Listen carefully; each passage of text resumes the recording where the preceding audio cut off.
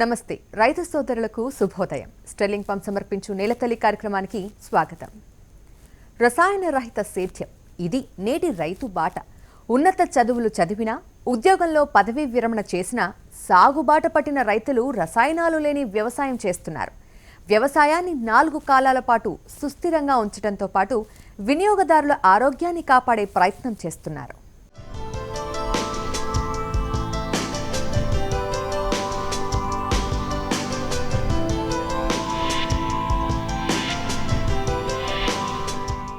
రసాయన ఎరువులు, పురుగు మందులు, కలుపు మందులు పేర్లు ఏవైనా ఇలా అంతు లేకుండా రసాయనాలను పంటలు, తోటలపై, పంట భూములపై కుమ్మరిస్తున్న కారణంగా నేలలు సారం కోల్పోతున్నాయి. రైతుకు, వినియోగదారునికి, భూమిలోని జీవరాశికి, తేనెటీగలు, పశుపక్షాదులకు ఇవి నష్టాన్ని చేకూరుస్తున్నాయి. ఈ విషయాన్ని అర్థం చేసుకొని సేద్యాన్ని రసాయన రహితంగా మార్చుకున్నారు గుంటూరు జిల్లాకు చెందిన అభ్యుదయ రైతు. అతను అనుసరిస్తున్న విధానం ఏంటో మనము తెలుసుకుందాం పదండి.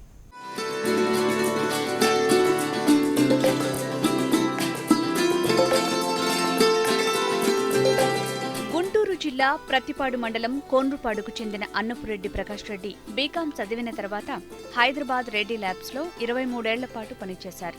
ఉద్యోగం చేస్తూనే 12 ఏళ్ల క్రితం నుంచి వారాంతపు విరామంలో వ్యవసాయం చేస్తున్నారు. ఈ క్రమంలో వాడుతున్న రసాయన పద్ధతులతో నష్టమే తప్ప లాభం లేకుండా పోయింది. దీంతో ఉద్యోగానికి రాజీనామా చేసి 5 ఏళ్లుగా గుంటూరు, మేడ్చల్ జిల్లాలోని తన వ్యవసాయ క్షేత్రాల్లో రసాయన రహిత పద్ధతుల్లో వ్యవసాయం చేస్తున్నారు. పాలేకర్, చౌహాన్ క్యూ, నమాళ్వార్ బయోడైనమిక్ వ్యవసాయ పద్ధతులను లోతుగా అధ్యయనం చేస్తున్నారు. ఖర్చులు 25% తగ్గించుకుని నికర ఆదాయం పెంచుకుంటున్నారు. ఇట్లా ఇంటర్నెట్లో అక్కడ ఇక్కడ చూడటం జరిగింది. చూసినప్పుడు ఏంటంటే మన ఇండియాలో దగ్గర ఒక 4-5 రకాల ఈ వ్యవసాయ పద్ధతులు అవలంబిస్తూ ఉన్నారు. ఒకటేమో మన సుభాష్ పాలేకర్ గారిది జీరో బడ్జెట్ న్యాచురల్ ఫార్మింగ్. రెండవది ఏంటంటే పెర్మాకల్చర్ అని చెప్పేసి ఒకటి వచ్చింది. ఇది హైదరాబాద్లో ఒక ఆయన నర్సన్న కొప్పుల నర్సన్న అని చెప్పేసి ఉన్నాడు. ఆయన ఆస్ట్రేలియాలో చాలా సంవత్సరాలుగా దీని మీద రీసెర్చ్ చేసి రైతులకు కూడా ట్రైనింగ్ ఇస్తున్నారు. అది కూడా ఇప్పుడిప్పుడే ప్రచారంలోకి వస్తూ ఉంది. అదే మాదిరిగా మా మధ్యప్రదేశ్లో దబోల్కర్ పద్ధతి అని చెప్పేసి ఒకటి ఉంది. ఆయన పేరు భాస్కర్ సావే. ఆయన దగ్గర కూడా వెళ్ళటం జరిగింది. అక్కడ కూడా ఒక వారం రోజుల నుండి ట్రైనింగ్ తీసుకోవటం జరిగింది. తర్వాత రోహిణి రెడ్డి గారు అని చెప్పేసి చిత్తూరు దగ్గర ఒక ఆమె ఉన్నది. ఆమె ఈ కొరియన్ న్యాచురల్ ఫార్మింగ్లో మన సౌత్ ఏషియన్ కంట్రీస్లో ఆమె ఒకటే సర్టిఫైడ్ ట్రైనర్ అనమాట. ఆమె డాక్టర్ చౌహాన్ క్యూ గారి దగ్గర కొరియాలో ట్రైనింగ్ తీసుకొని వచ్చారు. ఆమె దగ్గర కూడా వెళ్ళటం జరిగింది. ఆమె దగ్గర ఒక వారం రోజుల నుండి ట్రైనింగ్ తీసుకోవటం జరిగింది. అదే మాదిరిగా మన తమిళనాడులో నమ్మళ్వార్ అని చెప్పేసి ఒక ఆయన ఉన్నారు. అక్కడ ఒకసారి వెళ్ళి అక్కడ కూడా వెళ్ళి చూసి రావటం జరిగింది. ఇవన్నీ చూసిన తర్వాత ఏంటంటే ఒకటి అర్థమైంది, మనం భూమిని ఎంత సారవంతం చేయగలిగితే కెమికల్స్ లేకుండా అప్పుడు మంచి పంట వస్తుంది, ఎక్కువ దిగుబడులు సాధించవచ్చు అని చెప్పేసి అనుకోవటం జరిగింది. దీనిలో మాదిరిగా ఇప్పుడు మనం ఏం చేస్తున్నామంటే వీలున్నప్పుడు జీవామృతం ఇస్తూ ఉంటాం, అలాగే పంచగవ్య ఒకటి ఇస్తూ ఉంటాం, అట్లాగే ఆయిల్స్ ఇస్తూ ఉన్నాం. ఈ కొరియన్ న్యాచురల్ ఫార్మింగ్లో ఏంటంటే IMOs అంటారు, ఇండిజీనియస్ మైక్రో ఆర్గానిజం. అంటే ఇప్పుడు వాళ్ళు చెప్పేది ఏంటంటే మన భూమిలోనే చాలా బ్యాక్టీరియా ఉంది. ఆ బ్యాక్టీరియాని కనుక మనం బయటికి తీసి వాడుకోగలిగితే మంచి ఫలితాలు ఉంటాయని చెప్పడం జరిగింది. అది కూడా ప్రాక్టీస్ చేసాం ఇక్కడ. అరటి, పసుపు, కరివేపాకుతో పాటు వెల్వెట్ బీన్ సాగు చేస్తున్నారు. వెల్వెట్ బీన్ను దూలగొండి అని అంటారు. తెలుగు రాష్ట్రాల రైతులకు ఈ పంట పెద్దగా పరిచయం లేకపోవచ్చు. తొలుత తన పొలంలో 5 ఏళ్లు రసాయన పద్ధతిలో, 7 ఏళ్లు ప్రకృతి సేంద్రియ పద్ధతిలో ప్రకాష్ రెడ్డి అరటి సాగు చేస్తున్నారు. 3 ఏళ్లకోసారి అరటి తీసేసి వేరే పంట వేస్తారు. రసాయన పద్ధతిలో ఎకరానికి పెట్టుబడి 40 నుంచి 50 వేల రూపాయలు అవుతుండగా రసాయన రహిత సేంద్రియంలోకి మారిన తర్వాత ఇది 10,000 రూపాయలకు తగ్గింది.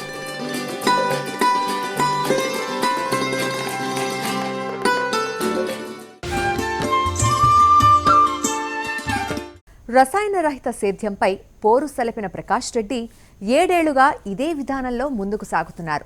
ఈ క్రమంలో ప్రకృతిలో లభించే ఎరువులనే వాడుతున్నారు. మొక్క నాటినప్పటి నుంచి కోత కోసే వరకు అన్ని సందర్భాల్లో కూడా కషాయాలను వినియోగిస్తున్నారు.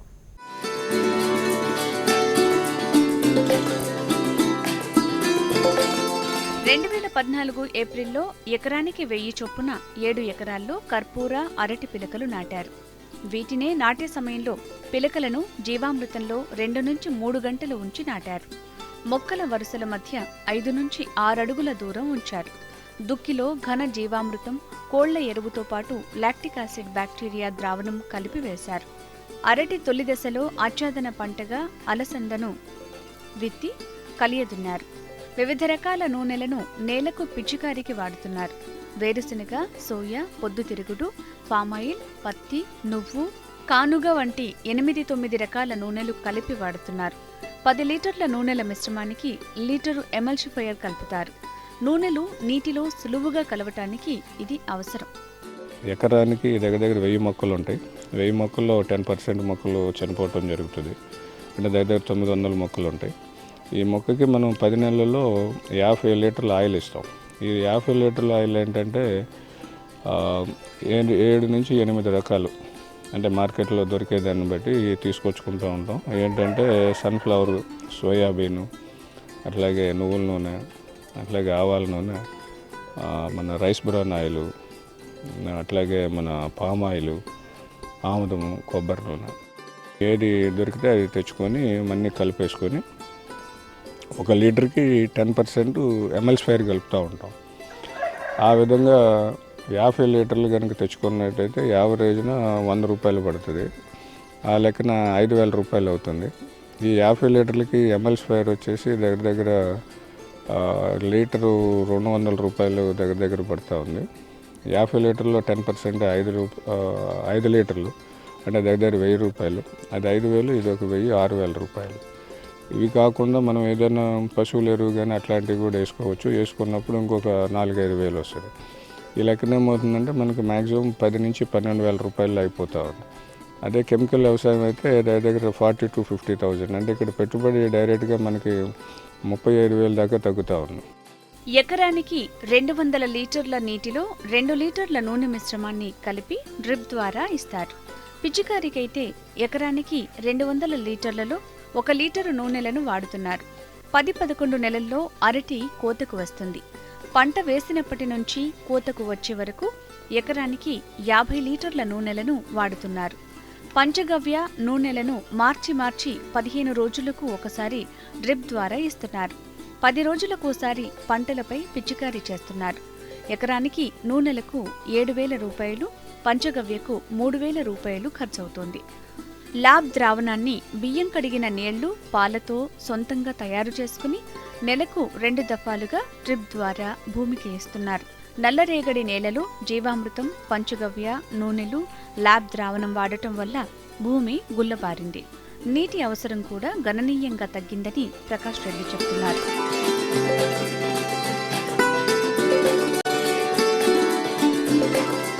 అరటిగెల చివరను 1-2 సార్లు కత్తిరిస్తూ పంచగవ్య 3% కలిపిన నీటిలో 100 mlను చిన్న కవర్లో పోసి గెల అడుగున కడుగుతున్నారు. దీనివల్ల గెలలో కాయలన్నీ దాదాపు సమానంగా పెరుగుతున్నాయి. ఇలా చేయటం ద్వారా గెల బరువు 15 నుంచి 20% పెరిగిందని ప్రకాష్ రెడ్డి చెబుతున్నారు. ఎకరం అరటి తోట కోసం చేసే ఖర్చు 10,000 రూపాయలకు తగ్గింది. రసాయనిక సేద్యంతో పోలిస్తే 30,000 రూపాయల ఖర్చు తగ్గింది. అరటి తోటకు పోషక లోపం, చీడపీడల బెడద లేకపోవడంతో దిగుబడి, నాణ్యత బాగుంది. కాయల రుచి పెరిగింది. ఎక్కువ రోజులు నిలువ ఉంటున్నాయి. ఎకరానికి 900 గెలలకు సగటున 150 రూపాయల చొప్పున 1,20,000 రూపాయల ఆదాయం వచ్చింది. 7 ఎకరాల్లో ఏటా 8 లక్షలకు పైగా నికర ఆదాయం వస్తోందని ప్రకాష్ రెడ్డి చెబుతున్నారు. గెలలు తీసిన తర్వాత అరటి చెట్లను 3-4 అడుగుల ఎత్తులో నరికివేయటంతో కాండంలోని పొటాషియం పోషకాలు తిరిగి భూమికి చేరుతున్నాయి.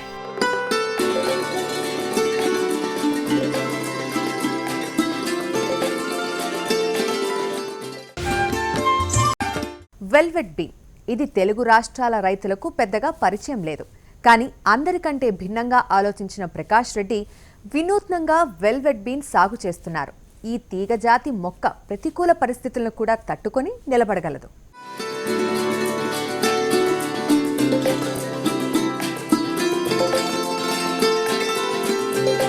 అరటికి తోడు భిన్న రకాల పంటలు సాగు చేస్తున్న ఈ అభ్యుదయ రైతు 2.5 ఎకరాల్లో పసుపు, ఎకరా విస్తీర్ణం కరివేపాకు, 6 ఎకరాల్లో వెల్వెట్ బీన్ సాగు చేస్తున్నారు. ఔషధ విలువలు కలిగిన ఈ తీగజాతి మొక్క అటవీ ప్రాంతాల్లో కనిపిస్తుంటుంది. ముకునా ప్రియాంస్ దీని శాస్త్రీయ నామం. దీన్ని సాధారణంగా తెలుగులో బెంగాల్ బీన్, లాక్నా బీన్ అని వ్యవహరిస్తారు. దీనికి బహుళ ప్రయోజనకారిగా పేరుంది.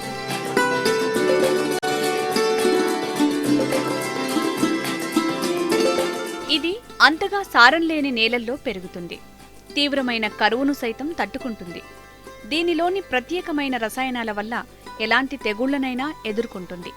మన ఆయుర్వేదంలో సైతం దూలగొండికి విశిష్ట స్థానం ఉంది. తేలు, పాము వంటి విషాలను హరించటానికి గిరిజనులు దీనిని ఉపయోగిస్తారు. దీనిలో ప్రోటీన్లు కూడా అధికంగా ఉంటాయి.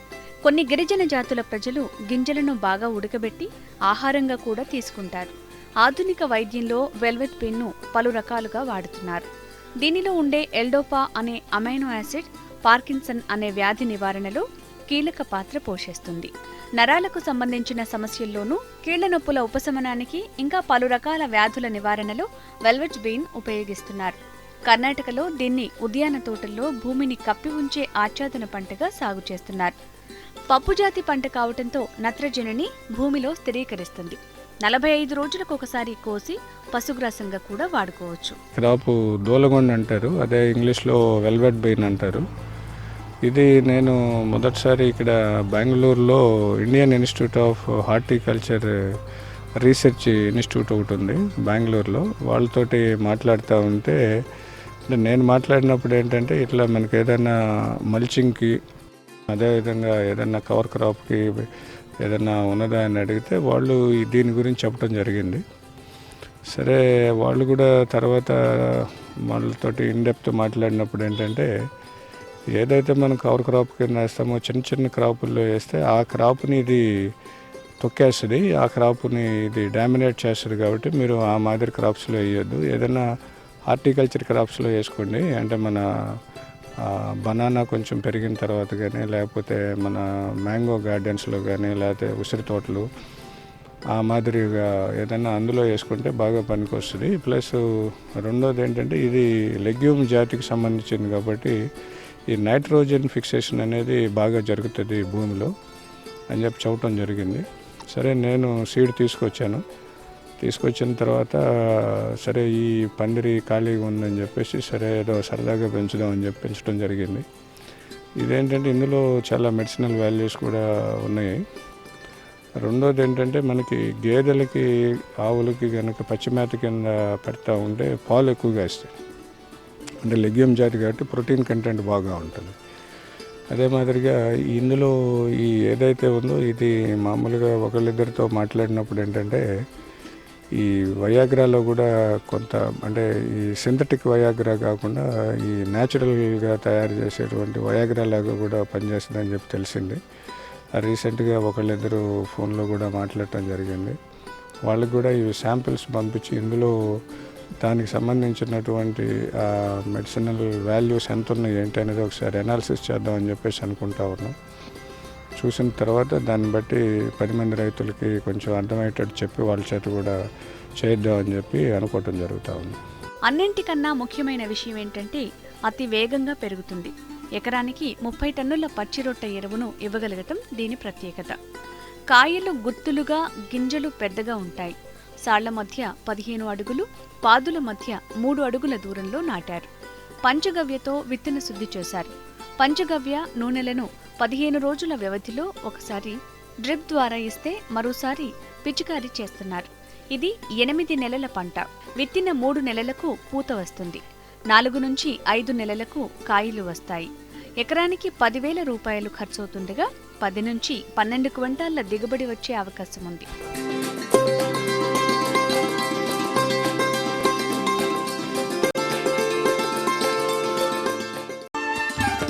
వీటితో పాటు పసుపు, కరివేపాకు సాగు చేస్తున్నారు ప్రకాష్ రెడ్డి. అయితే అన్నిటిలోనూ ప్రకృతి సేద్యపు విధానాలు అనుసరిస్తున్నారు. ఫలితంగా మంచి లాభాలు ఉన్నాయని వివరిస్తున్నారు.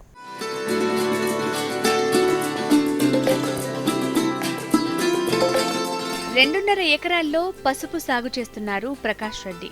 పసుపు విత్తనాలు పొలంలో వేసే ముందు పంచగవ్యలో శుద్ధిపరిచి విత్తనాలు వేశారు.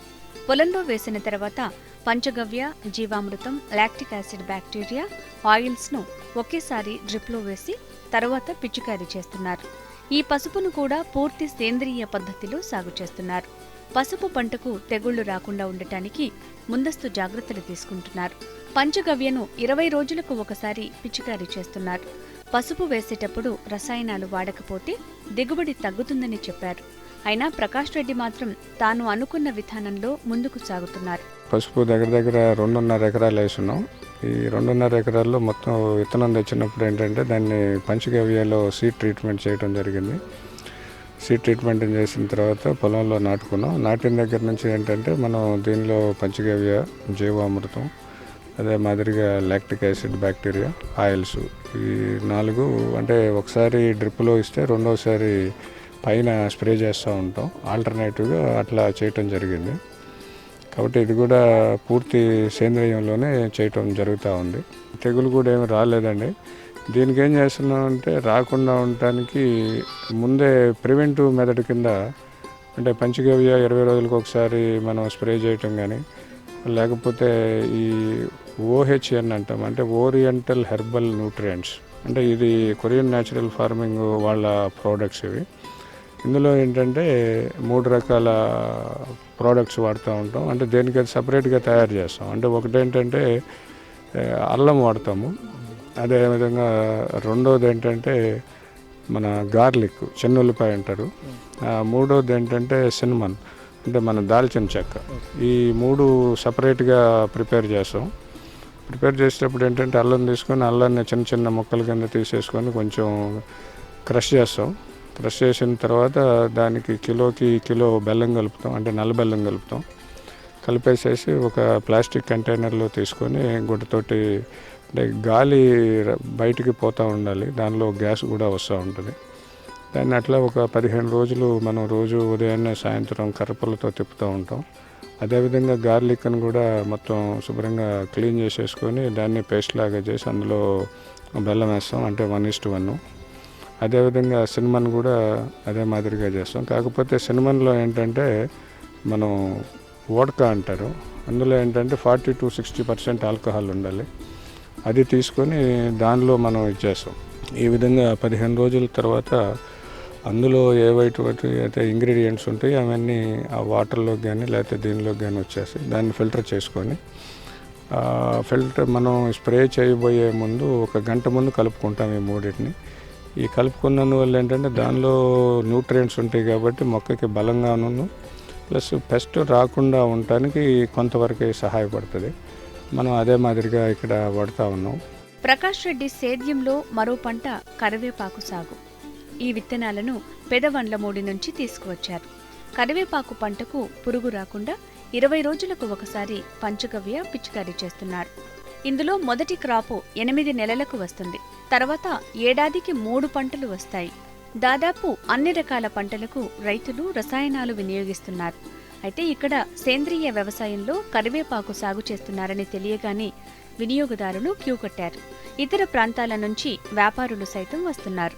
కర్ణాటకలో కరివేపాకు నుంచి ఆయిల్ తీస్తున్నారు.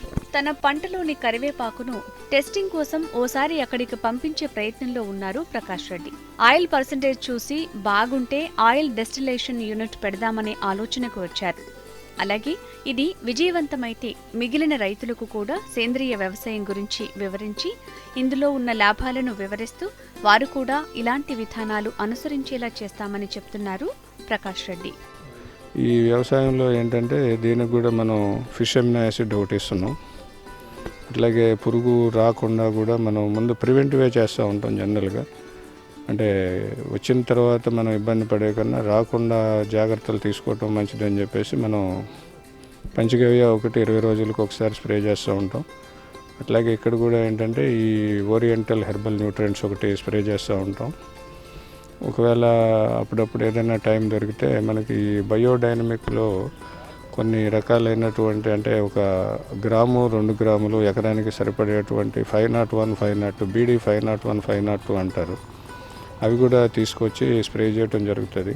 ఈ బయోడైనిక్ ఫార్మింగ్లో ఏంటంటే ఈ సూర్యుడి డైరెక్షన్ బట్టి మనం అవి స్ప్రే చేయటం జరుగుతూ ఉంటుంది. ఆ బీడీ క్యాలెండర్ కూడా తెచ్చుకోవటం జరిగింది. అహ్మదాబాద్ గుజరాత్ ఆనంద్ దగ్గర బాయికాకా కృషి కేంద్రం అని చెప్పేసి ఈ బయోడైనిక్ ఫార్మింగ్ చేసే సర్వద్మన్ గారి దగ్గర నుంచి తెచ్చుకోవటం జరిగింది. అంటే నేను కూడా ఈ బయోడైనమిక్ అసోసియేషన్ ఇండియాలో ఒక మెంబర్ని. దానివల్ల చాలా ఉత్పత్తులు తయారు చేయడం, వాటిని కూడా తక్కువ మోతాదులోనే. అంటే ఇప్పుడు ఈ సిపిపి అని ఒకటి ఉంది, కౌ పాట్ పిట్ అని చెప్పేసి, అది 1 కిలో వచ్చేసి 1 ఎకరానికి సరిపోతుంది. అట్లాగే 1 గ్రాము 1 ఎకరానికి సరిపోతుంది. అవన్నీ వీలు ఉన్నప్పుడు అవి కూడా స్ప్రే చేస్తూ ఉంటాం. దీనివల్ల మనకి ఒకటి మేము అర్థం ఏంటంటే ఈ కరివేపాకు స్మెల్ అరోమా ఏదైతే ఉందో అది చాలా బాగా వచ్చిందండి. అంటే మనం కెమికల్ వేసిన దానికి ఆ తేడా మనం గమనించవచ్చు.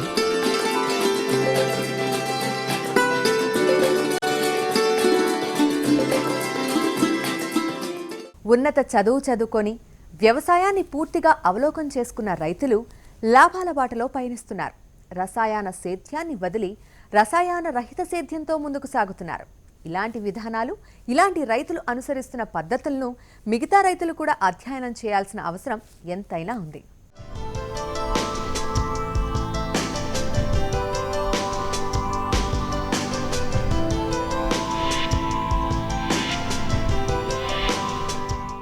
ఇది ఇవాల్టి స్టెల్లింగ్ పంప్ సమర్పించు నీలతల్లి కార్యక్రమం.